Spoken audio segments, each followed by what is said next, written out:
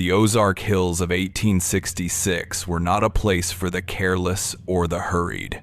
In the years immediately following the great and terrible war, a stillness had descended upon the land, a quiet that was less about peace and more about exhaustion. Here, in the winding hollows and behind the limestone bluffs, the conflict had never truly ended. It had simply curdled, turning inward. The grand armies were gone, but the bitterness remained, a poison in the soil. It was in these hills that the Keaton family carved out their existence, their name a whisper on the wind, a dark seed in the region's folklore, a testament to the chilling truth that the most savage frontiers are not on any map, but lie within the human heart. If the echoes of history's most unsettling chapters resonate with you, and this is your first time in our archive, consider subscribing to ensure you do not miss a single detail as we unseal the record of what was found. The road itself was less a road and more a wound upon the earth, a scar carved by the ironclad wheels of countless wagons that had passed through before the war, seeking passage to the west. Now, in the autumn of 1866, it saw far less traffic. The track was a ribbon of rust-colored mud in the wet seasons, and a channel of choking dust in the dry.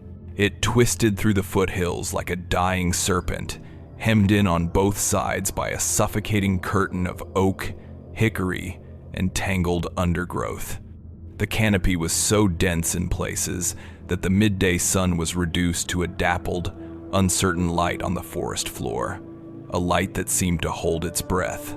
The air hung thick and heavy, smelling of damp earth, decaying leaves, and the sweet, cloying scent of wild honeysuckle that did little to mask the odor of stagnation. For a traveler alone, the only sounds were the rhythmic creak of wagon axles, the plodding footfalls of a tired horse, and the incessant, watchful hum of insects in the deep woods. The silence between those sounds was profound, a physical weight that pressed upon the shoulders and tightened the chest. It was a silence that felt ancient and predatory, as if the land itself was waiting. The hills did not welcome strangers. They watched them, their forested slopes rising like silent, green sentinels, their hollows filled with shadows that shifted and danced at the edges of vision. To be caught on this road at dusk was to feel the world shrink to the small, fragile circle of a lantern's glow, a tiny island of light in an overwhelming ocean of darkness. The first reports were scattered, easily dismissed as the unfortunate but unsurprising casualties of a lawless time. Men went missing. In the chaotic aftermath of the war, with so many displaced and disconnected from their homes, the failure of a person to arrive at their destination was hardly cause for widespread alarm. The earliest accounts concerned peddlers, itinerant merchants who navigated these backwoods trails with wagons laden with tinware, threads, needles, and other small necessities for the isolated farmsteads. One such man, a seller of remedies and tonics whose name is lost to the archives, was last seen leaving a small settlement on the eastern edge of the hills, his horse said to be strong and his wagon well stocked. He had spoken of a 2-day journey to the next town, a route that would take him through the deepest part of the woods. He was never seen again. His disappearance was noted, a brief entry in a town ledger, but it was assumed he had fallen victim to highwaymen or perhaps simply chosen a different path, a different life.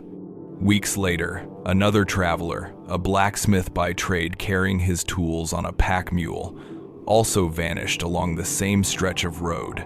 His mule was found wandering a week later, its pack missing, its eyes wide with a fright that could not be explained. The animal was gaunt and skittish, shying away from human touch. Then came the stories of the veterans, men who had survived the horrors of Shiloh and Antietam, who had walked from prisoner of war camps with nothing but the tattered blue uniforms on their backs, were now disappearing on their journey south. They were heading home, or perhaps seeking a new start in lands less scarred by the conflict they had just endured. They traveled alone or in pairs, on foot, their worldly possessions rolled in a blanket slung over their shoulder.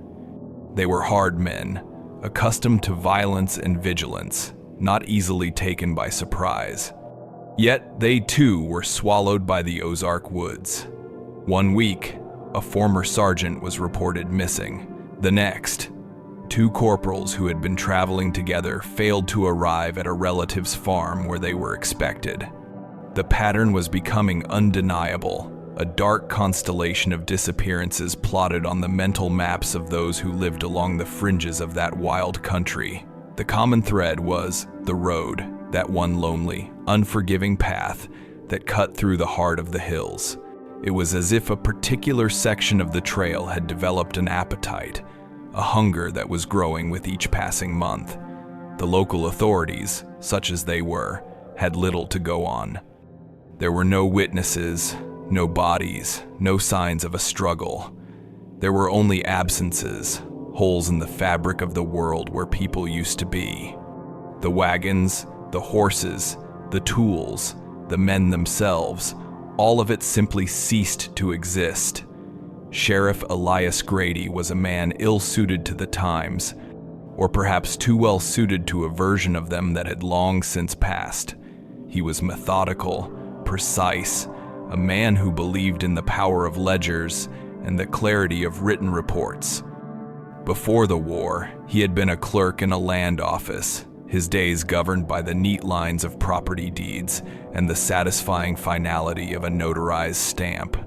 The conflict had thrust a badge upon him, and he wore it with a kind of weary resignation. His one small comfort, a habit carried over from his previous life, was the meticulous care he took of his spectacles. Several times a day, he would remove them, breathe a faint mist onto the lenses, and polish them with a square of chamois leather he kept in his breast pocket until they were perfectly clear. It was a small act of imposing order on a world that seemed determined to descend into chaos. In the late summer of 1866, he spent more and more time staring at a large, hand-drawn map of the county pinned to his office wall. With each new report of a missing traveler, he would make a small, precise mark with a charcoal pencil, a cross to denote the person's last known location. A cluster of these crosses was now growing, concentrated along that single, winding road through the hills. The map mocked him. It showed him the problem but offered no solution. It was a geography of ghosts. He felt the weight of his helplessness acutely. He lacked the manpower to patrol the road constantly, and even if he could, the woods were too vast, too impenetrable. The perpetrators, whoever they were, left no tracks. They operated with an unnatural efficiency, a chilling cleanliness that spoke not of common banditry, but of something else, something more patient and practiced. It was Reverend Josiah Moore who first gave voice to the specific fear that was beginning to take root in the scattered community. The Reverend was a thin, stooped man, his black coat worn and frayed at the cuffs. He had a nervous habit of worrying a loose thread on his sleeve, pulling and twisting it as he spoke, his fingers never still. He was a man who listened. He heard the hushed conversations after his Sunday sermons, the fearful whispers exchanged between farmers at the general store, the anxieties of wives who watched their husbands ride out on that road and prayed for their safe return. The Reverend saw the disappearances not merely as crimes, but as a spiritual affliction, a darkness seeping into the land and the hearts of his flock. He began to compile his own list of the missing, separate from the sheriff's official reports. His was a more personal accounting, filled with details gleaned from grieving families. A mention of a favorite pipe a man always carried, a description of a worn leather-bound Bible, the name of a beloved horse. He brought his concerns to Sheriff Grady, his voice a low, urgent murmur in the dusty quiet of the sheriff's office. He told the sheriff that the fear was becoming a sickness. People were changing their routes, adding days to their journeys just to avoid that stretch of road. They spoke of it in hushed tones, calling it the Wagon Eater or the Hungry Trail. And they spoke of something else. They spoke of a farm. The whispers were vague at first, the kind of folklore that springs up naturally in isolated, superstitious communities. But as the number of missing men grew, the stories became more specific, more focused. They centered on a particular homestead, a farmstead that sat on a low rise overlooking the most remote part of the trail. It was a place that kept to itself, a detail that was not, on its own, unusual in these hills. Many families valued their privacy to an extreme degree, but this was different. The farm was described as being unnervingly still during the day.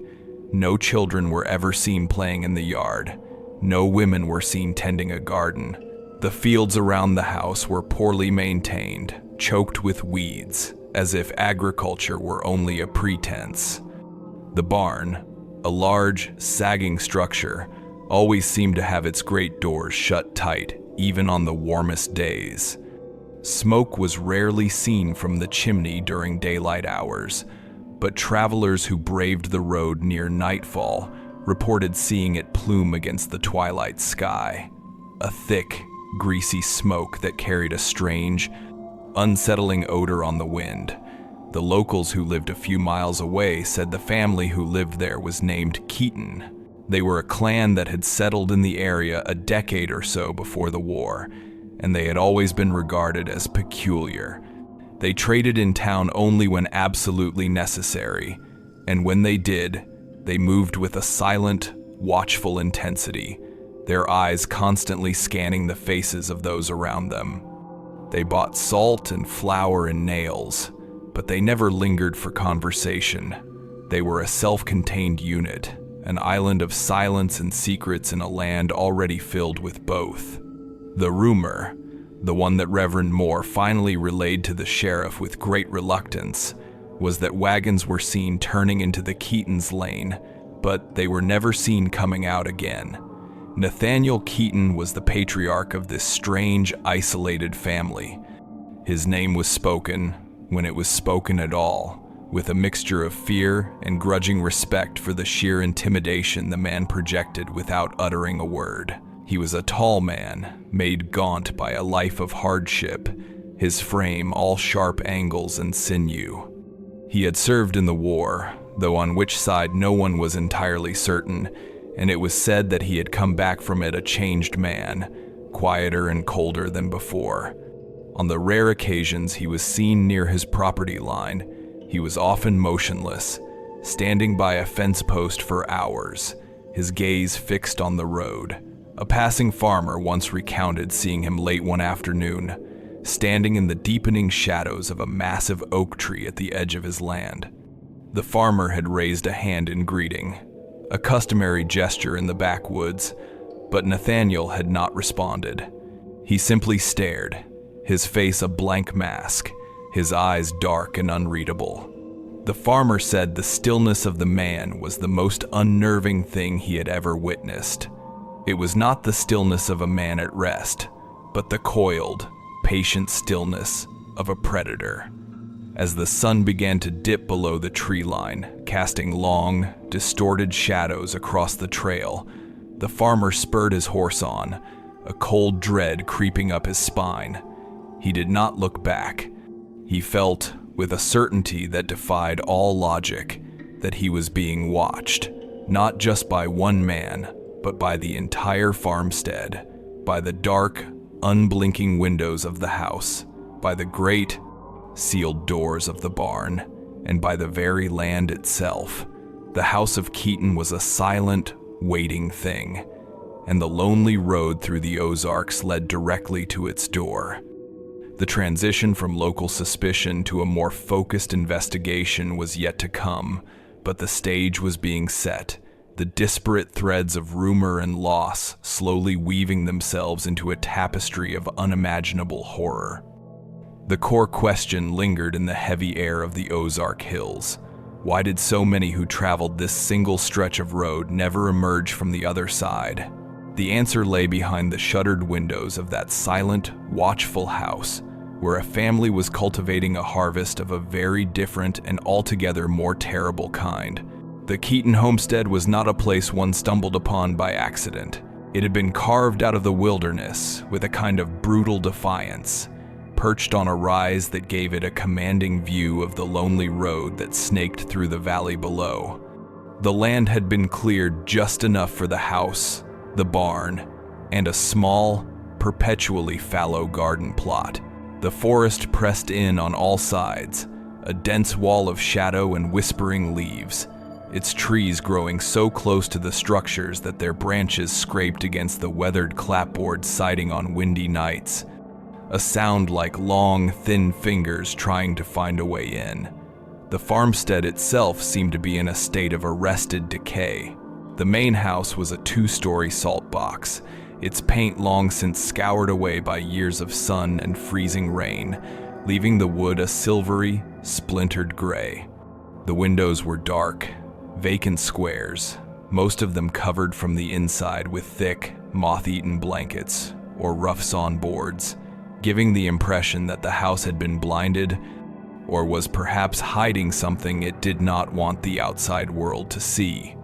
The roof of the porch sagged precariously at one corner, held up by a prayer and a single, rotting post.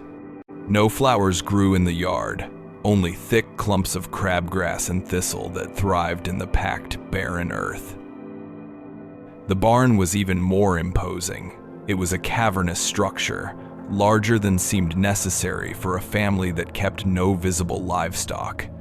There were no chickens scratching in the dirt, no pigs wallowing in a pen, no cattle lowing in a nearby pasture. The great double doors of the barn were always closed and secured with a heavy wooden beam, and the wood around the entrance was stained with dark, irregular patches that seemed to soak into the very grain. The roof of the barn had a severe, menacing peak, and its ridge sagged in the middle, giving the entire building the look of a broken spine. The air around it was unnaturally still and held a faint, metallic tang, an odor that was often masked by the smell of wood smoke, but was always present underneath, a persistent, sickly sweet undertone that clung to the back of the throat. This smoke, as the locals had noted, was a nocturnal phenomenon. During the day, the chimney on the main house was cold and lifeless. But as dusk settled over the hills, a thin, greasy column of black smoke would begin to rise, climbing straight into the twilight sky before dissipating into the darkness. It was the only sign of life the farmstead ever offered, a nightly exhalation that suggested some strange, constant industry was being conducted within those walls, shielded from the light of the sun. The entire property felt like a stage, meticulously set for a play no one was meant to witness, a place where the normal rhythms of life had been suspended and replaced by something else, something secret and nocturnal. At the center of this grim tableau was Nathaniel Keaton. The war had hollowed him out, leaving behind a man who was more silhouette than substance. He was tall and skeletally thin, with a way of moving that was both silent and jarringly abrupt.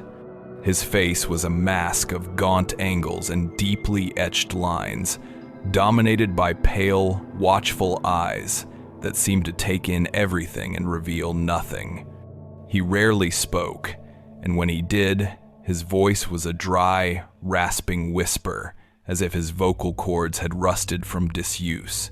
He was the undisputed patriarch, his authority absolute and unspoken. He did not need to raise his voice or issue commands. His presence was enough. His family orbited around him like planets around a dead star, their movements dictated by his silent gravitational pull. He spent his days in a state of unnerving stillness, often sitting in a straight-backed chair on the sagging porch, facing the road. He would remain there for hours, motionless, a rifle resting across his lap, his gaze fixed on the distant track. He was not looking at the scenery, he was watching for opportunity. He was the lookout, the patient spider at the center of the web, and the road was the silken strand upon which his prey would inevitably appear. His stillness was his power, a coiled and terrible potential energy that filled the homestead with a constant, humming tension. If Nathaniel was the silent, watchful authority, his wife, Mary, was the engine that drove the family's dark enterprise. She was a stark, unyielding woman, her body thick and powerful from a lifetime of hard labor. Her hair was pulled back so tightly from her face that it seemed to stretch the skin over her cheekbones, giving her a perpetual expression of grim disapproval. While Nathaniel watched the road, Mary managed the grim logistics of their existence. She was a creature of relentless, horrifying practicality. She oversaw the household with an iron will, her movements economical and precise. She was the one who ensured the tools were kept sharp, the floors were kept scrubbed, and the strange, nocturnal fires were kept fed.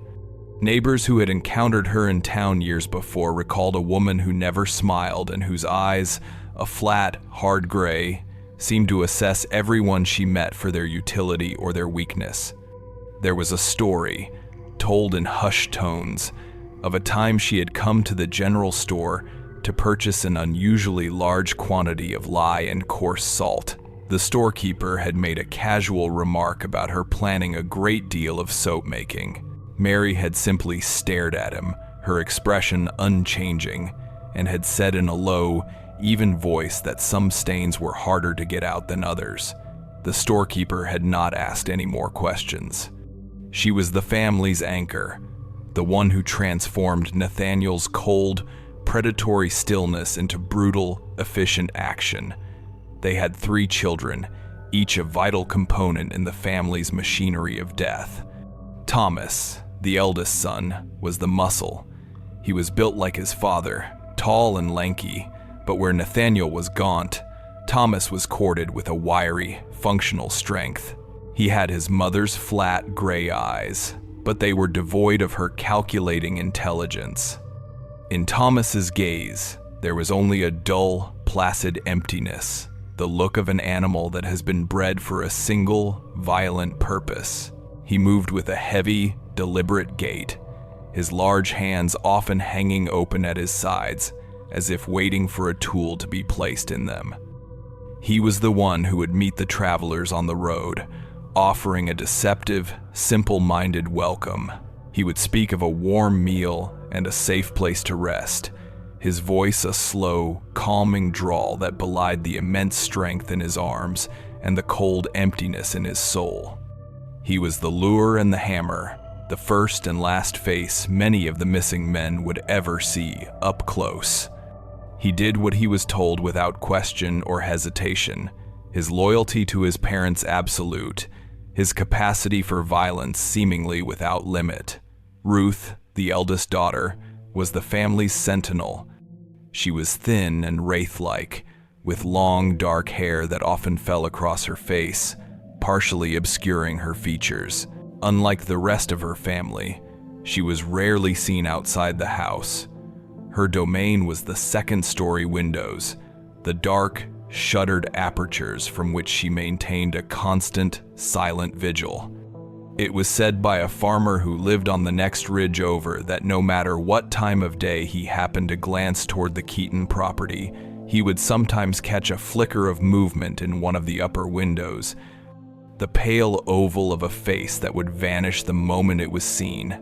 Ruth was the early warning system, her eyes a more reliable scout than even her father. She noticed everything: a horse that faltered in its stride, a wagon that sat too low on its axles, a man who walked with the weary slump of someone who had been on the road for too long. Before she had grown into this silent, watchful creature, there had been a brief time, remembered only by one of the oldest women in the nearest town, when Ruth had been seen humming to herself while her mother bought supplies. It was a simple, plaintive folk tune, a small, humanizing flicker of a life that might have been. That tune was long gone, replaced by the profound, unsettling silence of her watch.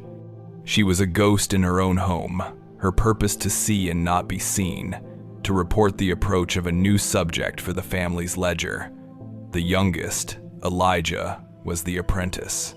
He was a pale, slight boy who seemed to live in the shadows of his older brother and his domineering parents. He was always trailing behind, a step behind Thomas, a few feet from his mother, his eyes constantly darting back and forth, learning the family trade through observation and grim participation. His tasks were the ones that required less strength and more diligence. He was responsible for the smaller, more gruesome details of their work. He would lead the traveler's horse to the back of the barn. He would gather the personal effects from the wagon. He would fetch the buckets of water from the creek and help his mother with the relentless, cyclical task of cleansing the barn floor. He moved with a nervous, furtive energy, a boy drowning in a world of horrors he had not created, but was now inextricably a part of. He was being shaped by the family's darkness, his own nature being systematically erased and rewritten to fit the terrible needs of the Keaton clan. He was the future of their legacy, a testament to the fact that the horror was not an aberration but a tradition passed down from parent to child.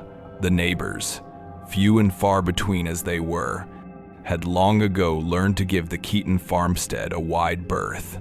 They described the family not as hostile, but as something far more unnerving. They were predatory watchers.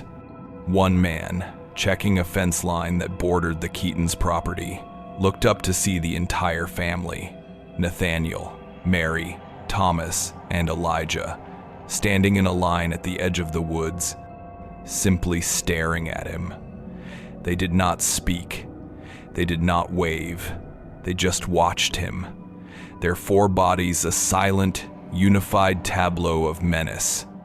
He said it felt as if they were measuring him, their collective gaze a physical weight. He finished his work with trembling hands and never went near that fence line again. This was the core of the fear the Keatons inspired. It was not just their isolation or their strange habits. It was the active, palpable sense of being observed, of being constantly evaluated by a family that seemed to view the rest of humanity not as neighbors or fellow travelers, but as a potential resource, a harvest waiting to be reaped. The atmosphere of menace was thickest at night. A lone rider, forced to pass the Keaton property after dark, would see only one point of light in the overwhelming blackness of the hollow, a single lamplit window on the ground floor of the house.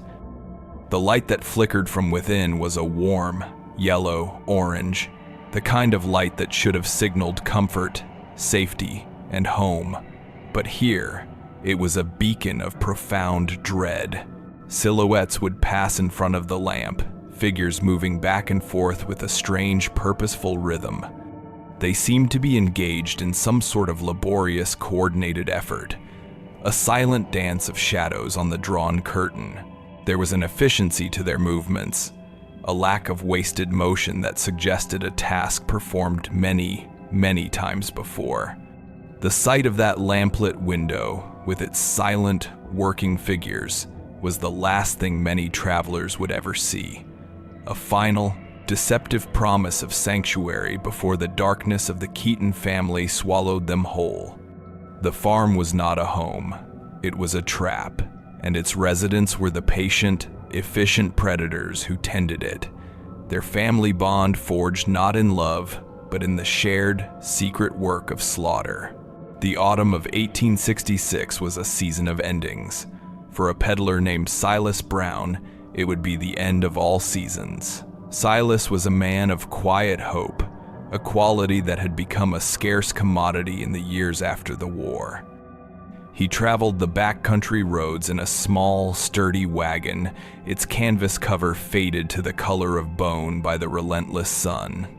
He sold needles, thread, soap, and cheap tin lockets, but his real trade was in stories and news, carrying gossip from one isolated settlement to the next like a pollen on the wind. His one small personal treasure, a token of the life he hoped to return to, was a small, hand-carved wooden bluebird he kept wrapped in a cloth in his coat pocket. He had purchased it from a woodcarver in Ohio, and he had promised his young daughter in a letter that he would bring it home to her by the first snow. He had been on the road for nearly a year, and the ache of his absence from his family was a constant, dull pain beneath his ribs. As dusk began to bleed across the sky, painting the Ozark hills in shades of bruised purple and gray, his horse pulled up lame. Silas was miles from the next town, alone on the winding, desolate road, with a profound and menacing darkness gathering in the woods around him. It was then that he saw it, a thin column of smoke rising from a chimney on a low hill ahead, and the faint, distant promise of a lantern's glow. The Keaton farmstead looked like a refuge. From a distance, in the fading light, the sagging lines of the house and barn could be mistaken for the gentle wear of time, the honest decay of a family working hard to scratch a living from the unforgiving soil. As Silas limped his wagon up the muddy track leading to the house, the door opened. A tall, broad-shouldered young man emerged and stood on the porch, his form silhouetted against the lamplight from within. It was Thomas. He greeted Silas with a slow, almost shy nod. Silas explained his situation, his voice betraying the deep weariness in his bones. He spoke of his lame horse and asked if he might be able to purchase a spot in the barn for the night. Thomas listened, his expression placid and unreadable, then turned and disappeared back into the house without a word. For a long moment, Silas stood in the deep twilight, the chirping of crickets suddenly sounding unnervingly loud. He felt a prickle of unease, a sense that he had intruded upon a place that did not welcome intrusion. But then the door opened again, and Thomas reappeared. He told Silas that his father had agreed. He could stay the night in the hayloft, and they would offer him a bowl of stew for his trouble. Relief washed over Silas, overriding his fleeting sense of dread. Gratitude made him careless. He was led into the main room of the house. The air inside was thick and smelled of wood smoke, boiled cabbage, and something else, something faintly sour and unpleasant that he could not quite place. The room was sparsely furnished. A long, rough-hewn table was flanked by 2 benches. A stone fireplace dominated one wall, though the fire within it was little more than embers. In a corner, sitting perfectly still in a high-backed chair, was the patriarch, Nathaniel. He did not rise or speak, but his pale eyes followed Silas's every move. A heavy-set woman, Mary, ladled a thin, watery stew into a wooden bowl and set it on the table with a thud. She moved with a grim, silent efficiency. Silas ate, trying to make polite conversation, speaking of the weather and the poor condition of the roads. His words fell into the oppressive silence of the room and died there. The family did not respond. Thomas sat across from him, staring at his hands. Mary stood by the hearth, her back to him, and Nathaniel watched from the shadows. Silas finished his meal quickly, the stew leaving a greasy film in his mouth. He thanked them, his voice sounding hollow and strained. Thomas then lit a lantern and led him out of the house and toward the great dark shape of the barn. He told Silas the hayloft was warm and dry. As Silas climbed the ladder into the loft, he saw the younger boy, Elijah, silently leading his horse into a stall below. The last thing Silas Brown saw before he settled into the hay was Thomas pulling the great barn doors shut and dropping a heavy wooden beam into place, sealing them both inside the cavernous, suffocating darkness. The true nature of the Keaton family's enterprise would only be fully understood years later, pieced together from the disjointed, terrified confession of the youngest son. Their method was a well-oiled machine, a ritual of slaughter refined through years of practice. It was a silent, coordinated effort, a testament to their horrific unity. After a traveler was secured for the night, the family would wait. They would extinguish the lamps in the house, and in the deep, rural blackness, they would move into position. Ruth, from her second-story window, would confirm that the road was empty, that no other unexpected lights were approaching. Her signal, a soft tap on the window pane, would set the plan in motion. Nathaniel never participated in the physical act itself. He was the director, the cold, calculating mind. He would stand just inside the door of the house, a silent observer, his presence a point of grim authority in the darkness. Mary's role was logistical. She would have the tools ready, the blades sharpened to a razor's edge, the buckets of water and bags of lye prepared for the aftermath. The act of killing fell to Thomas. He was the instrument of his parents' will, his placid demeanor a mask for a monstrous, unthinking violence. He did not kill with rage or passion. He killed with the detached efficiency of a butcher slaughtering livestock. On the night Silas Brown died, the signal was given near midnight. The moon was a sliver, offering no light through the cracks in the barn's siding. Thomas, who had been waiting in the darkness of a lower stall, began to climb the ladder to the hayloft. He did not carry a lantern. He was accustomed to the dark, his movements sure and silent. In one hand, he carried a heavy, short-handled mallet, its head stained dark with the memory of its previous uses. In his other hand, he held a long, crudely made knife, its blade honed to a wicked sharpness. Elijah's role was to provide the light at the precise, necessary moment. He followed his brother, carrying a shuttered lantern, its light carefully concealed. He was shaking, as he always did, but his fear was secondary to the deeper terror he felt for his father. They reached the top of the ladder. Silas was asleep, a dark shape in the loose hay, his breathing slow and even. Thomas positioned himself. Elijah, on a silent cue, opened the lantern's shutter.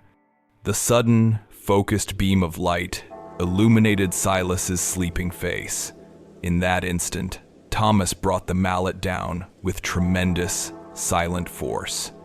There was a single sickening sound, a wet, compact thud that was absorbed by the hay. There was no cry, only a brief, convulsive shudder. Then Elijah closed the shutter, plunging the loft back into absolute darkness. The entire event took less than 5 seconds. It was a process, not a murder, a task completed with chilling, mechanical precision. The barn was their abattoir. After the initial act, the body would be lowered from the loft with ropes. The real work, the butchering, would then begin. The great doors remained barred. Several lanterns were lit, their flickering, yellow light casting long, dancing shadows on the rough-hewn walls. The interior of the barn was a masterpiece of grim functionality. The floor was not dirt, but thick, wooden planks. Over the years, the gaps between the planks had widened, and the ground beneath had been dug out. This was a drainage system, designed to carry away the blood and viscera, to let it soak deep into the Ozark soil where it would never be seen. The smell inside was overwhelming, a permanent miasma of old iron, rot, and the sharp, chemical scent of lye. It was a smell that had soaked into the very wood itself, a smell that could never be scrubbed away. On one wall hung the tools of their trade. They were not axes or wood saws. They were specialized instruments of disassembly. There were heavy-bladed cleavers, long, thin, skinning knives, and a variety of hooks and saws, all of them kept clean and sharp by Mary. This was her domain. With the body laid out on a large oilcloth-covered section of the floor, the family would work together under the unwavering gaze of the lanterns. Thomas, his strength needed for the gruesome task, would perform the primary dismemberment.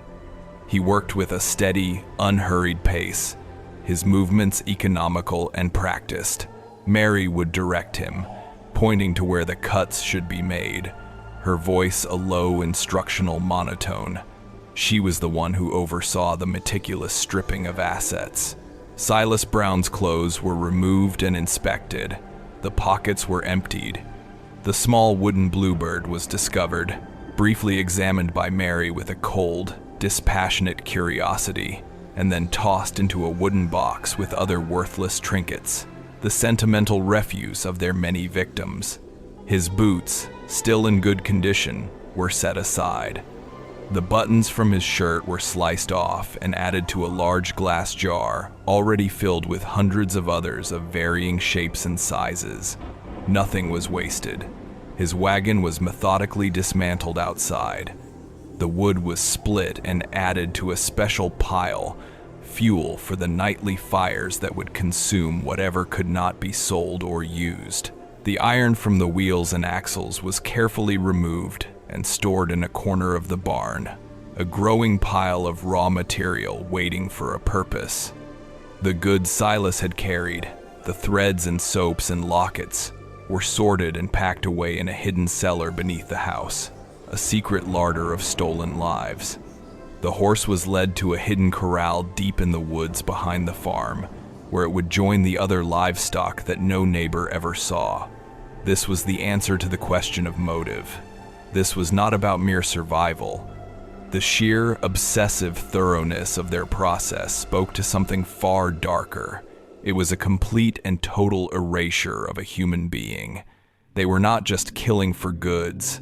They were harvesting people. They were rendering them down to their component parts, a collection of usable objects and disposable flesh. The systematic nature of their work, the ritualistic cleansing of the barn, the nightly fires that sent greasy, foul-smelling smoke into the sky, it all pointed to a deep, pathological depravity. This was their life's work, their family business. As the first hint of dawn approached, the work was finished. The last of the remains were disposed of in a deep pit covered by a false floor in one of the stalls. The barn floor was doused with buckets of water mixed with lye, the caustic solution sluicing through the gaps in the floorboards, cleansing the wood. The tools were washed, dried, and hung back in their designated places. Thomas and Elijah would strip and wash themselves with cold water from the pump, scrubbing away the evidence of their night's labor. By the time the sun broke over the horizon, the barn doors were once again shut and barred. The farmstead was silent. The family was inside their dark, shuttered house. The trap was clean, the tools were ready, and the watchers were back at their posts, their pale, patient eyes once again fixed on the lonely road, waiting for the next set of wagon wheels to break the silence. The autumn chill had begun to sharpen into the hard edge of winter, and the fear that had been a low murmur in the Ozark hills was growing into a panicked cry. The disappearance of Silas Brown, a known and well-liked peddler, was a turning point. Unlike the anonymous drifters and solitary veterans, Silas had a routine. He had connections.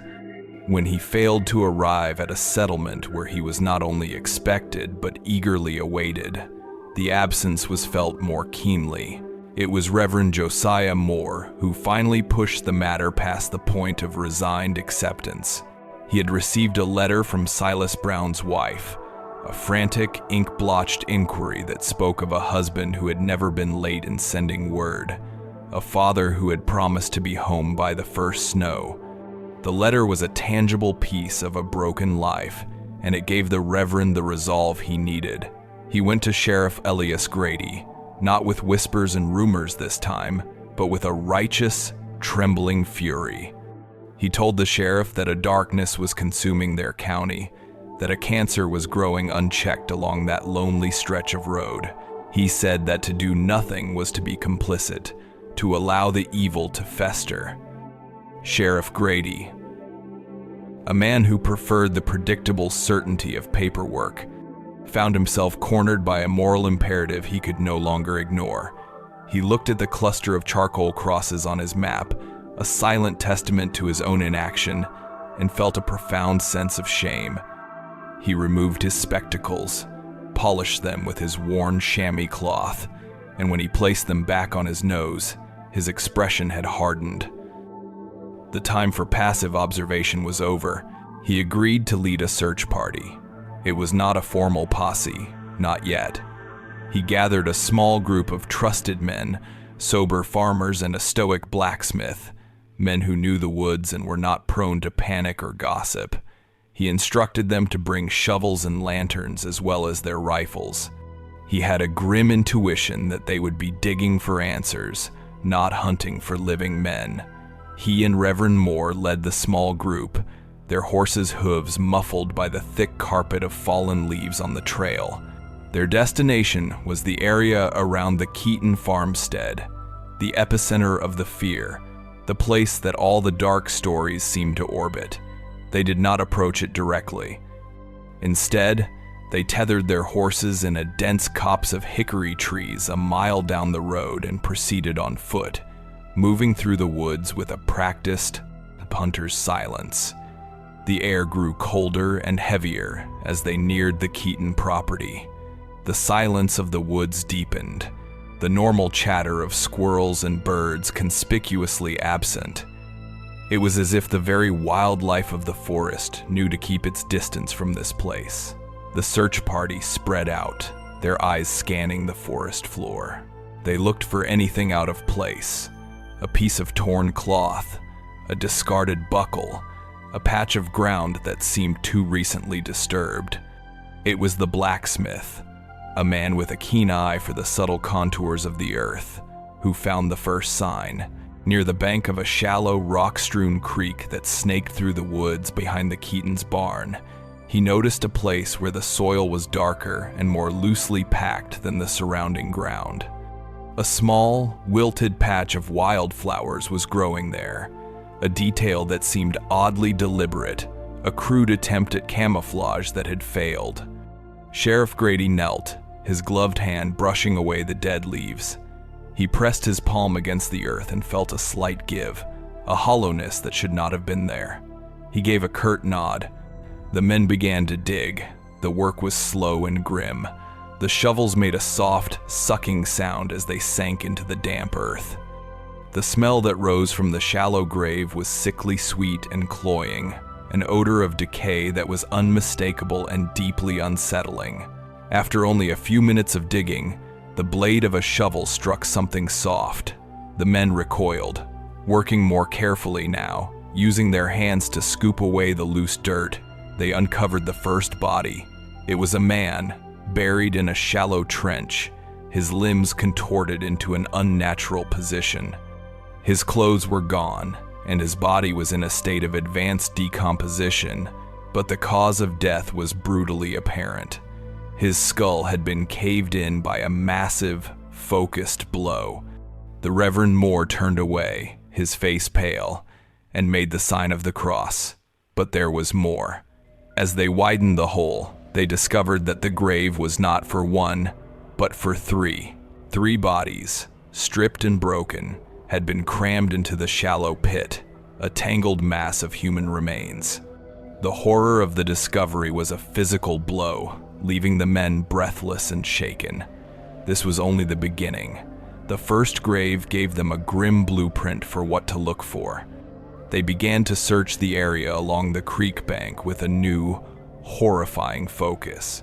A few yards downstream, they found another patch of disturbed earth, and then another. The woods behind the Keaton farm were a graveyard. They unearthed a series of shallow graves, each containing 1 or more victims, each showing the same horrific evidence of blunt force trauma to the head. The scale of the slaughter was staggering, far beyond what any of them had imagined. It was a systematic, continuous process of murder that had been going on for years. Among the remains, they began to find the sad, forgotten artifacts of the victims' lives. In one grave, they found a man still wearing a single, high-quality leather boot. In another, a tarnished silver pocket watch, its chain wrapped tightly around a skeletal wrist. They found a small, leather-bound diary, its pages swollen and ruined by the damp earth, The ink bled into illegible Rorschach patterns of loss. It was in the fourth grave that they found something that gave a name to the horror.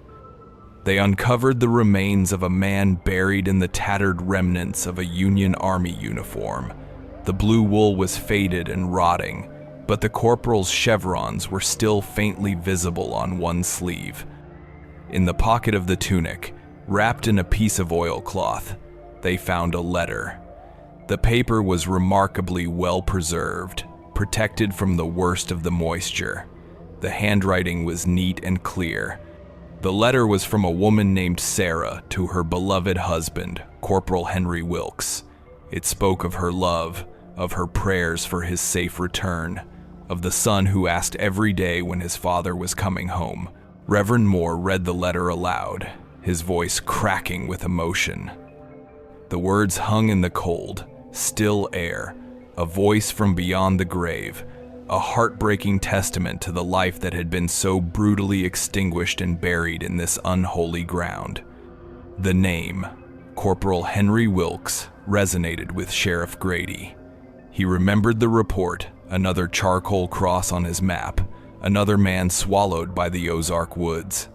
Now he knew where the man had gone. Now he knew the answer to the question of how so many could disappear. They hadn't disappeared. They had been collected. The search party worked until dusk, their lanterns casting long, flickering shadows that turned the grim scene into a tableau from a nightmare. The atmosphere was thick with the stench of death and the oppressive weight of their discovery.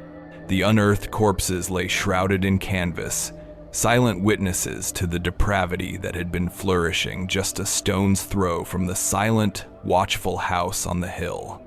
As the last of the light faded, Sheriff Grady gathered his men. He looked at their faces, grim and pale in the lantern light, and saw the same mixture of horror and cold fury that he felt in his own heart. They had found the evidence they needed, a field of butchered bodies that cried out for justice. They had uncovered the quilts, the boots, the personal effects, the stolen remnants of dozens of lives. They had found blood stains on the leaves near the graves and on the rocks in the creek. The question was no longer what had happened, but how a single family could perpetrate such a monstrous, sustained campaign of murder without being stopped. The answer was chillingly simple. They had been stopped by no one because no one had truly looked. Their isolation, which had once seemed a mere eccentricity, was now revealed to be a formidable shield. They were a self-contained unit of predators, operating in a wilderness that kept its secrets well, preying on the transient and the disconnected, people whose absence would not be immediately noticed.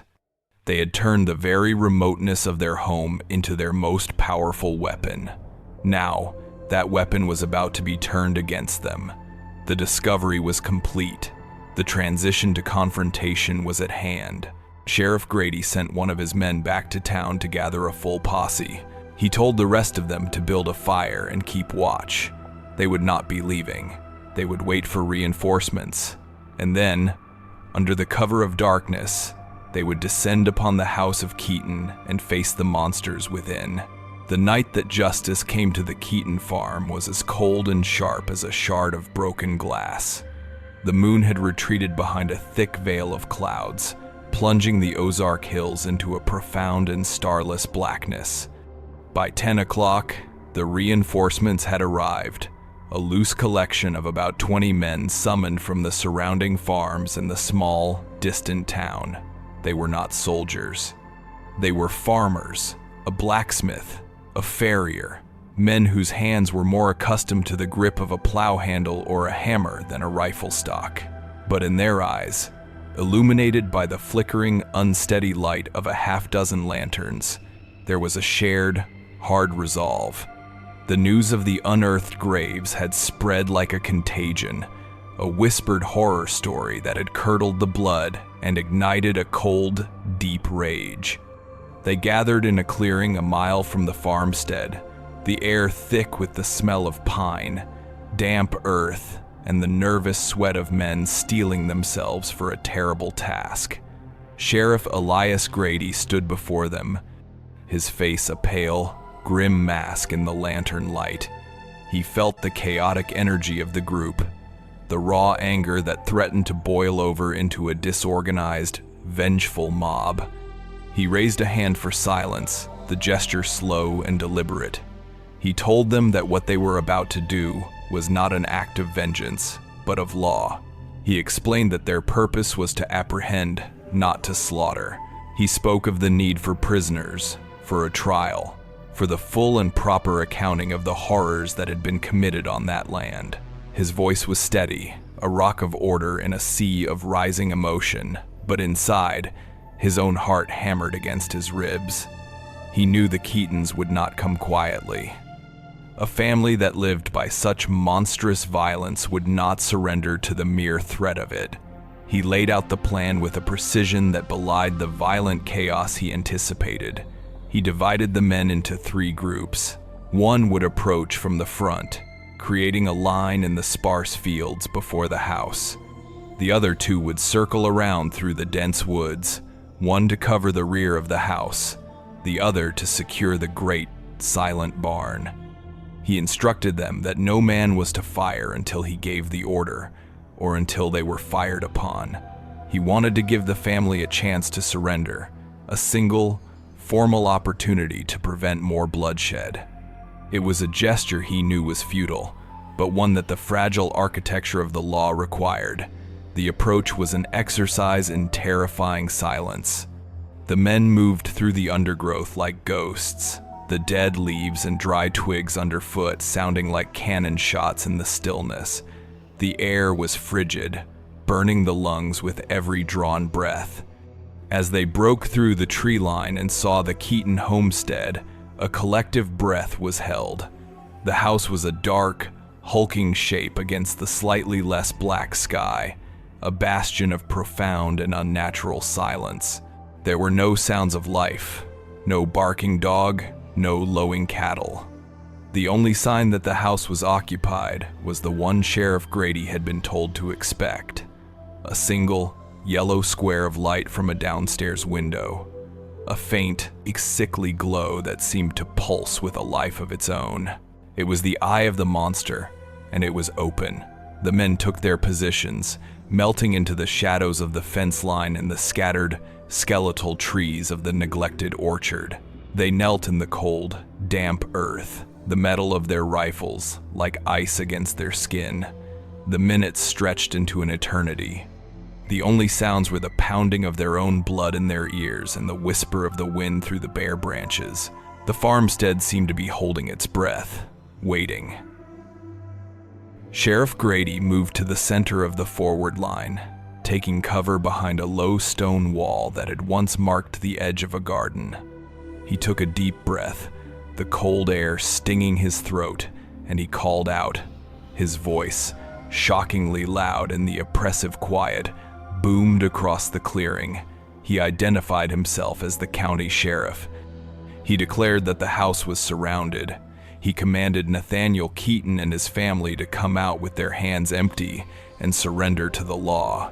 The sound of his own voice echoed back at him from the dark woods, a lonely, defiant shout against the immense silence. For a long moment, there was no response. The yellow light in the window remained steady. Nothing moved. The tension became a physical thing, a tightening wire that stretched to the breaking point. A younger man in the posse shifted his weight, and the click of a stone under his boot was like a hammer blow. Then, the response came. It was not a voice. It was the sharp, violent crack of a rifle, and the simultaneous explosion of glass from the upper story window directly above the lantern-lit one. A muzzle flash lit the face of the house for a split second, a demonic, orange-red glare, and a lead ball whizzed through the air over the sheriff's head, thudding into a tree behind him. The night erupted into a chaotic symphony of violence. The single shot from the house was the signal, the breaking of the dam. The posse returned fire, a ragged, deafening volley of rifle shots that ripped through the quiet. The sound of the gunfire was immense, a physical assault that echoed off the hills and rolled through the valley like thunder. Wood splintered from the siding of the house as a hail of lead tore into it. Another window shattered. From within the house, 2 more rifles answered, their muzzle flashes illuminating different windows, a sign that at least 3 members of the family were armed and fighting. The air filled with the acrid, choking smell of gunpowder. Men crouched lower, reloading with frantic, fumbling hands, their faces stark and grim in the sporadic, flashing light of the gunfight. The battle was not strategic.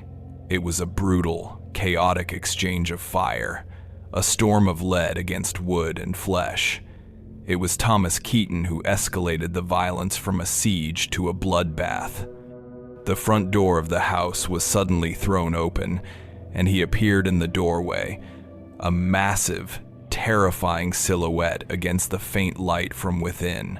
He was holding a heavy hunting rifle, and he began firing into the posse's line with a terrifying, almost casual demeanor. He did not seem to take cover. He stood there, a creature of pure, mindless aggression, working the lever of his rifle with a steady, mechanical rhythm. A man from the posse screamed and fell, clutching his shoulder. Thomas swung the rifle, fired again, and another man cried out, a bullet tearing through the fleshy part of his thigh.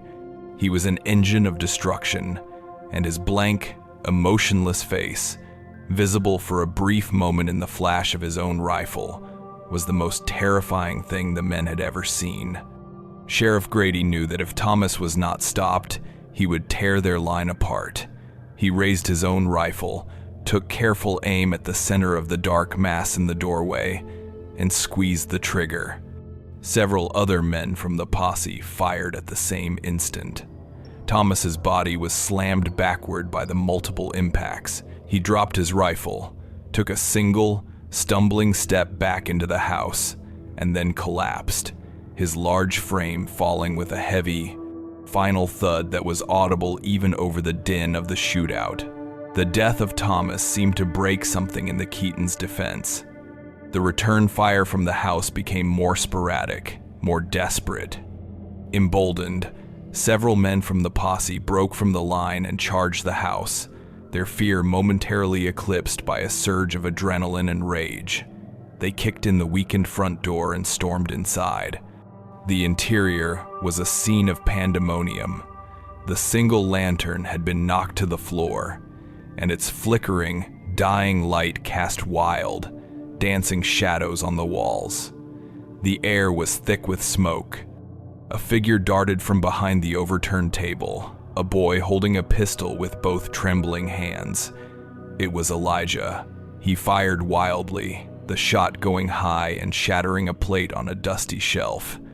Before he could fire again, the blacksmith, who was the first through the door, swung the butt of his rifle in a wide arc, catching the boy on the side of the head.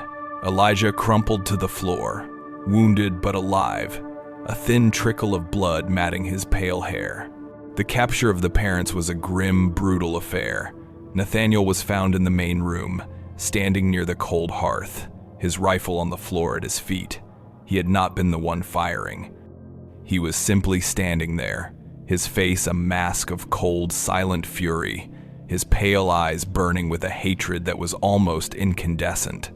He did not resist as 2 men seized his arms and bound his hands behind his back. He remained utterly silent, his defiance a palpable force, his lack of struggle more unnerving than any fight would have been. Mary was a different story. She was found in the kitchen at the back of the house, trying to reload a small single-shot pistol. When the posse members burst in, she lunged at them, not with the gun, but with her bare hands and teeth. She fought like a cornered wolverine, a whirlwind of scratching, biting, and spitting, her face contorted into a mask of pure, feral rage. It took 3 grown men to subdue her, to wrestle her to the ground and tie her wrists. Throughout it all, she hurled curses at them, her voice a low, guttural snarl, promising them a death in the dark woods that would make them beg for mercy. The final act of the capture was the most haunting. A series of high-pitched, piercing screams began to emanate from the second floor. It was a sound of pure, unadulterated terror, a sound that cut through the lingering echoes of the gunfire and chilled the men to the bone. 2 members of the posse cautiously climbed the narrow, creaking stairs. They found Ruth in a small, bare room at the front of the house. The window was shattered, and the cold night air was pouring in. She was cowering in a corner, her thin frame wrapped in a threadbare blanket, her long dark hair covering her face. When she saw the men, she began to scream again, a continuous, breathless shriek of a mind that had been utterly broken. She did not fight as they lifted her. She was limp, a doll made of terror, and they carried her down the stairs, her screams echoing through the violated house. The family who had butchered travelers by night was finally confronted, their reign of horror brought to a violent, bloody end. As the posse dragged Nathaniel and Mary out into the yard and carried the wounded Elijah and the screaming Ruth behind them, the scene was one of grim, chaotic victory. The body of Thomas lay just inside the doorway, a testament to the night's violence. The gunfire had finally stopped, and the silence that descended upon the valley was deeper, heavier than before. The core question hung in the cold, smoky air. Could any form of human justice ever truly match the scale of their crimes? As the posse began the long, dark march back to town, leading their monstrous captives away from the house that had been their abattoir, it seemed an impossible proposition. The capture was complete, but the full accounting of their evil had only just begun. The trial of the Keaton family was less a legal proceeding and more a communal exorcism. Held in the spring of 1867, it was a swift and brutal affair, a reflection of the raw, unvarnished horror that the family had inflicted upon the Ozark Hills. The small county courthouse was packed to overflowing for 3 consecutive days. Farmers stood shoulder to shoulder with town merchants, their faces a uniform mask of grim fascination and cold fury. They had come not merely to see justice done, but to witness the caging of monsters, to look upon the faces of the creatures who had haunted their roads and whispered fears for so long. The evidence presented was overwhelming and stomach-churning. Sheriff Grady, his voice a flat, tired monotone, detailed the discovery of the graves along the creek bed. He spoke of the remains of Corporal Henry Wilkes and read the heartbreaking letter found in his pocket, a moment that cast a profound and sorrowful hush over the entire courtroom. The stolen goods, recovered from the hidden cellar beneath the Keaton's house, were displayed for all to see. There were piles of worn boots, jars filled with buttons of every description, stacks of folded clothes, and a sad, jumbled collection of personal effects, pocket watches, tintypes of solemn-faced loved ones, a child's rattle, and a small, exquisitely carved wooden bluebird. Each object was a silent testament to a life violently stolen, a story cut short. The most chilling testimony came from the youngest son, Elijah. He had recovered from his head wound, and in exchange for a promise that he would be spared the gallows, he agreed to speak. He was brought into the courtroom in chains, a pale, gaunt figure who seemed to shrink under the collective gaze of the crowd.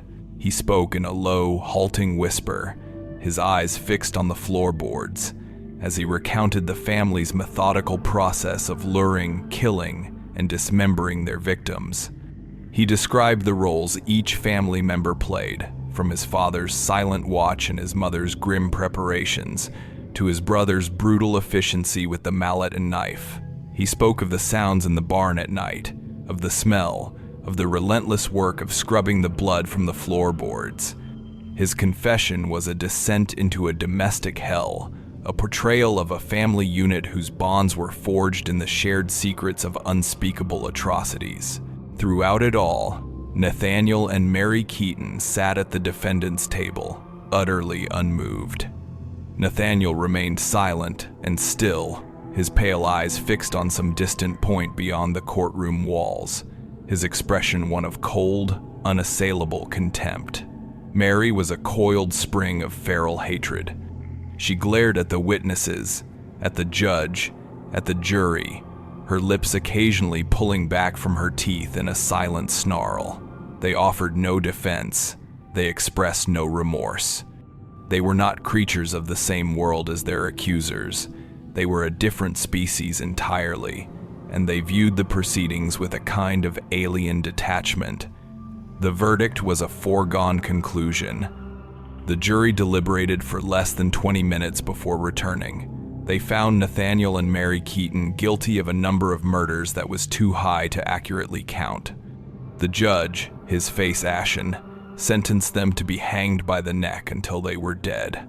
The sentence was carried out on a bright, clear morning in early May of 1867. A gallows had been constructed in a field just outside of town, a stark, skeletal frame against the brilliant blue sky. A crowd had gathered, their mood somber and quiet. This was not a celebration, but a necessary, grim conclusion. Nathaniel and Mary were led to the platform, their hands bound behind them. They did not speak. They did not repent. They faced their end with the same cold, inhuman stillness with which they had lived their lives. As the nooses were placed around their necks, Nathaniel finally raised his head and scanned the crowd, his pale eyes seeming to meet the gaze of every single person there, a final, silent act of chilling defiance. Then the trapdoor sprang open, and the patriarch and matriarch of the Keaton clan were dropped into eternity, their bodies swinging gently in the morning breeze. A collective sigh seemed to pass through the crowd, a release of a tension that had held the community in its grip for years. The fate of the remaining children was a sad and broken epilogue. Elijah, spared the gallows but not the weight of his family's sins, was sentenced to life in the state penitentiary. He died there 20 years later from a fever, a forgotten man in a forgotten cell, his name a mere footnote in the annals of a prison that held 1,000 other tragic stories. Ruth, her mind shattered by the horrors she had witnessed and enabled, was deemed unfit for trial. The screaming that had begun on the night of her capture never truly stopped. She was sent to a state asylum for the insane, a place of hushed corridors and padded rooms. She would live out the remainder of her days there, lost in a world of private terrors, a ghost haunted by the ghosts of her family's many victims. The lineage of the Keaton family, a line steeped in blood and secrecy, had come to its end. In the years that followed, a strange, unspoken pact of silence seemed to settle over the community. The story of the Keatons was too monstrous, too close to home. It was a wound on the collective memory that was too deep to ever truly heal, and so, the people chose to cover it over, to pretend it had never been. They stopped speaking the name Keaton. The trial records, stored in the dusty basement of the county courthouse, were rarely, if ever, consulted. The story was driven underground, where it festered, transforming from a documented historical event into a piece of dark folklore, a cautionary tale whispered by grandparents to frighten children into behaving. It became a story of a boogeyman family who lived in the woods, a story that grew more fantastic and less real with each passing generation. The farmstead itself was left to rot, a place tainted by an evil so profound that no one would dare claim the land. The house and barn stood for years, their roofs slowly collapsing, their walls surrendering to the relentless pressure of the encroaching wilderness. Weeds grew waist-high in the yard. Vines with thick, choking tendrils snaked their way through the broken windows and prized the clapboard siding from the walls. The forest began the slow, patient work of reclaiming its own, of swallowing the last physical evidence of the Keatons' reign of terror. Today, nothing of the farmstead remains. The house and barn have long since collapsed and crumbled into the earth, their wood turned to mulch and soil. The only trace that anything ever stood on that lonely hill is a single, large foundation stone, half buried in the dirt and covered in a thick carpet of moss. It is a place that the locals, even now, instinctively avoid. Hunters will walk miles out of their way to bypass the area, and a deep, inexplicable quiet is said to fall upon the woods in its vicinity. The creek still whispers over the rocks, the same creek that once washed away the evidence of so much slaughter. But the story, though buried, has not died completely. There are whispers, even today. People who have been forced to travel that stretch of road late at night have reported strange occurrences.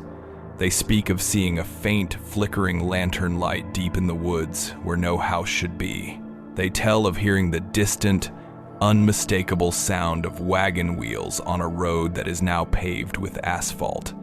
Some have even claimed to see a solitary figure standing by the side of the road, a man with a tired, hopeful face, who vanishes the moment he is caught in the beam of a car's headlights. These are, of course, just ghost stories, the lingering psychic residue of a forgotten horror. But they serve as a chilling reminder of the final, unanswered question that hangs over the legacy of the Keaton family. Was their evil simply a product of human greed and the savagery of a lawless time? Or was there something else at play, something darker, an ancient malevolence born in the deep, silent woods of the Ozarks that found a willing vessel in the cold, empty heart of a single, monstrous family? The Keatons butchered travelers by night, a fact that history has tried to forget. But the land, and the ghosts that walk it, they remember. The record on the Keaton family is now sealed. Your presence here, bearing witness to the final entry, is a testament to the importance of keeping these dark histories alive. If you have just discovered this archive, subscribe to the Blaspheme Archive to ensure you are among us when the next file is unsealed, and share in the comments what part of this forgotten horror will stay with you.